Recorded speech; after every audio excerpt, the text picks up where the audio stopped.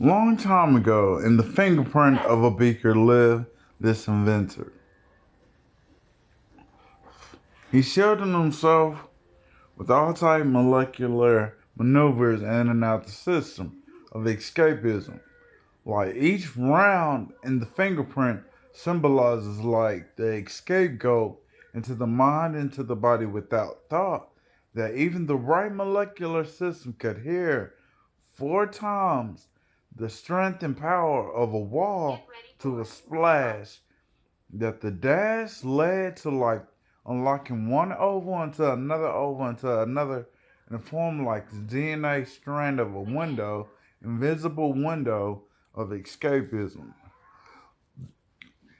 And the more I landed up the splash against the window, I could see like this hair started to form. And I keep pouring out my soul to it, but it's like you don't understand that I don't want to be bothered. So I chastise it. I whoop it, get it real wet, and there you have it. The flame goes out. Somewhere in the back of my mind, I think like at midpoint to the baseline, to the motherline, to the palm tree, and my that squeeze the milk and tears in my fist, to the vein. It floods like the stone into milk, and the biceps into veins, and the shoulder into heart, and the heart back into the original oval of the chambers that floods the skin once again through like a wall splash against a emergency room splash of rushing all the splashes in my body to hear the darkest splash in the most chaotic places. Like the more the tears stack, but you have to stack tears for a rainy day.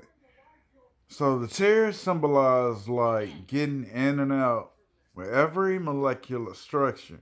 The more the fingerprints start to align and overlap with each other until a baseline form like this milk all over the lungs that glowed into like a beaker of like this omniscient light of beyond strength, beyond every vessel was like this light that made us a universe and to each his own.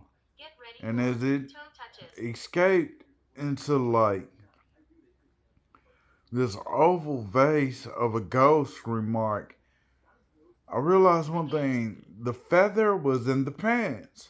The feather was the angelic strand that weaved a basket of ancient Egyptian pyramidal schemes into like this brainiac of a concrete moment of heartism. Like it's not so much the heart of the skin, the heart of the flesh, the heart of the feather. It's the feather itself, how it escaped from within. That the baby itself had an scapegoat like no other. And how did you plan this escape? You got it. You drawed it like draws. Draws, walls, torrents, and like you flooded it from possum, like from plain dead to flooding it to having a full throttle of life. And somewhere in there you just became one with that vessel only through every upper body part you had. But the bottom line on the body says, "Thou shalt not give in without having kids."